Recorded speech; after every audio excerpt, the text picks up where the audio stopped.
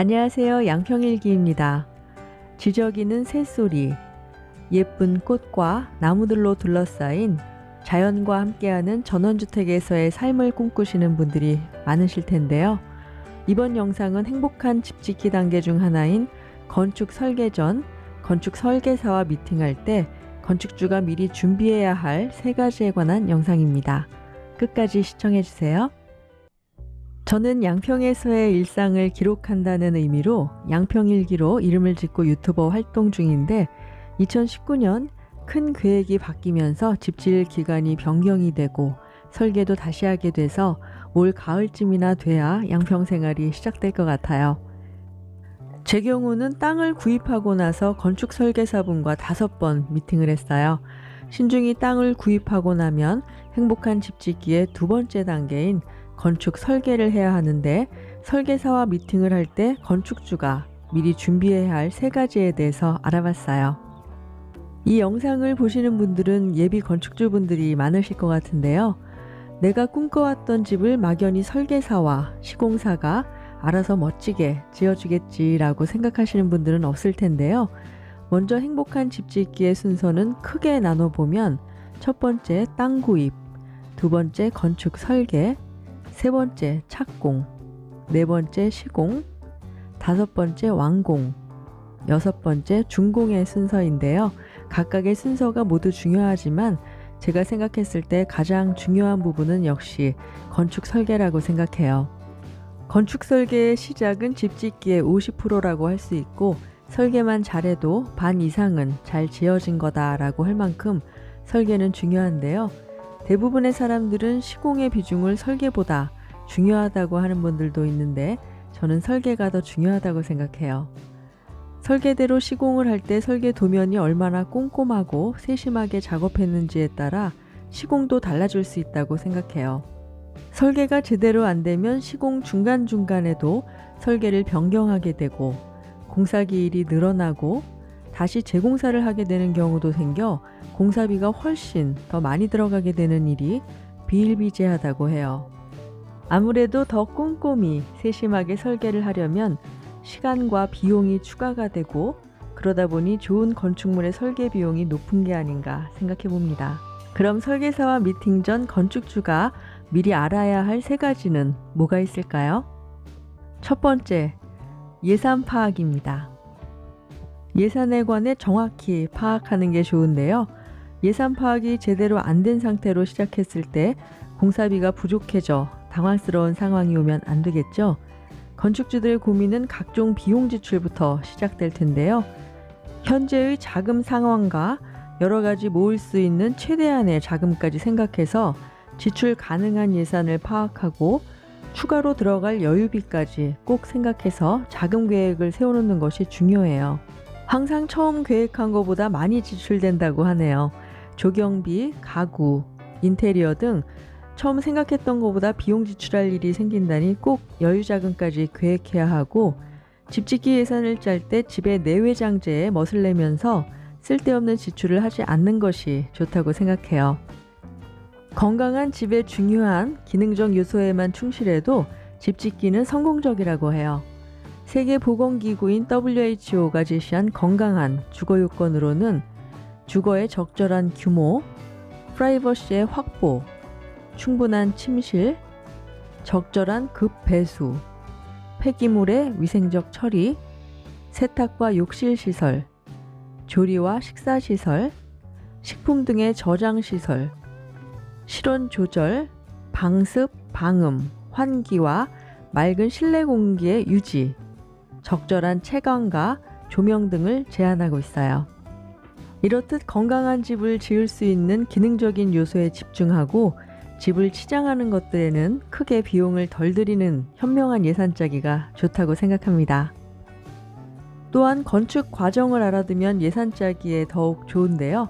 건축 과정에서 큰 비중을 차지하는 것이 골조 부분인데 어떤 골조로 집을 지을지에 따라 가격이 크게 차이가 나는데요. 저렴한 순서로 나열하면 경량 목구조, 스틸하우스, 중목구조, 흙벽 구조, 철근 콘크리트 구조의 순서로 재료비를 생각하시면 될 것 같고 참고로 철근 콘크리트 구조는 공사비의 상당 부분을 차지하기 때문에 작은 집에는 적합하지 않다고 하네요. 경량목 구조와 스틸하우스는 조립식으로 짓는 방식이라 비교적 저렴하게 지을 수 있고, 나머지 구조들은 현장에서 제작한 재료를 적용하고 시공자의 축적된 경험이 필요하기 때문에 인건비가 더 많이 들어간다고 해요.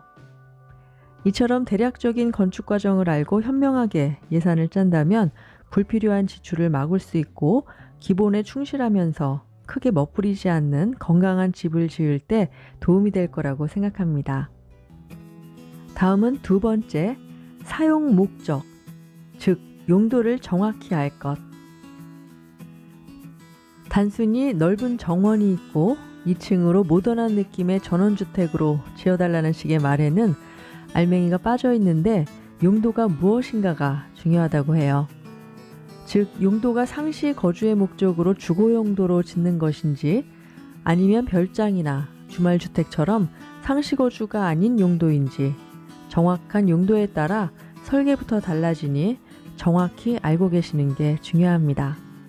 예를 들어 상시 거주라면 요즘 트렌드에 맞춰 거실과 부엌은 크게 하는데, 별장이나 주말주택 같은 경우는 휴식 공간을 크게 하고 부엌은 작게 한다든지 용도에 따라 설계도 달라진다는 것을 꼭 기억하시면 좋겠어요.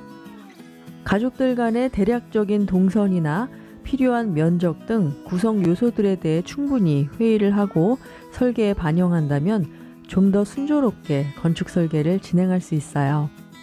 우리 가족 구성원의 라이프 스타일을 생각하면서 사용 목적을 생각해 보세요.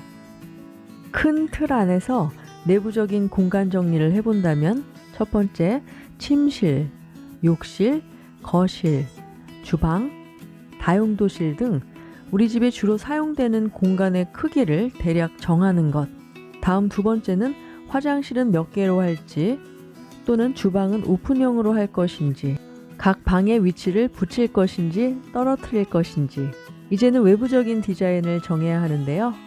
첫 번째로 주택의 모양은 클래식한 것이 좋을지 모던한 게 좋을지, 두 번째 단층집일지 2층으로 할 것인지 3층으로 할 것인지, 세 번째는 어떤 공법의 주택을 선호하는지, 예를 들면 목조, 철근 콘크리트, 스틸하우스, ALC 등 어떤 공법을 선호한지도 생각해 봐야 해요. 마지막 세 번째, 나의 생각을 구체화해서 설명할 수 있도록 꾸준한 자료 수집. 앞서 말한 것처럼 행복한 집 짓기는 설계가 절반 이상을 차지할 정도로 중요한데요. 설계 도면이 정확하고 자세할수록 공사 중 변경이 적어서 공정에 영향이 없고 추가 공사비가 발생하지 않기 때문이에요. 충분히 검토하고 작성된 설계가 결국 건물의 가치를 상승시킨다는 것도 중요하다고 생각이 드네요. 내가 꿈꿔왔던 집을 설계사에게 구체적으로 설명하고 표현할수록 설계사가 제시하는 것과 내가 생각했던 것의 간극이 좁혀지니 미리미리 공간을 어떻게 사용할 것인지, 어떤 외관으로 모양을 잡을 건지 여러 가지로 틈틈이 메모하고 스크랩해서 그간 내가 꿈꿔오고 생각했던 것들을 조금씩 구체화해가는 시간이 필요해요.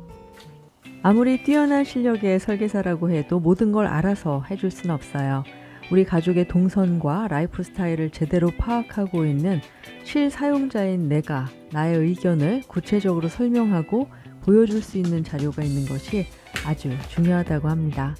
오랜 시간 기다려온 행복한 집 짓기가 시작이 되어서 무척이나 설레고 기대가 되는 요즘이에요. 처음이라 아무것도 몰라 이것저것 찾아보고 공부 중인데, 다음 영상에서는 효율적으로 자료 수집하는 방법에 대해 알아볼게요. 다음 편을 기대해 주세요. 오늘도 소소한 행복을 느끼며 알찬 내일을 준비합니다. 이상 양편일기였습니다. 감사합니다.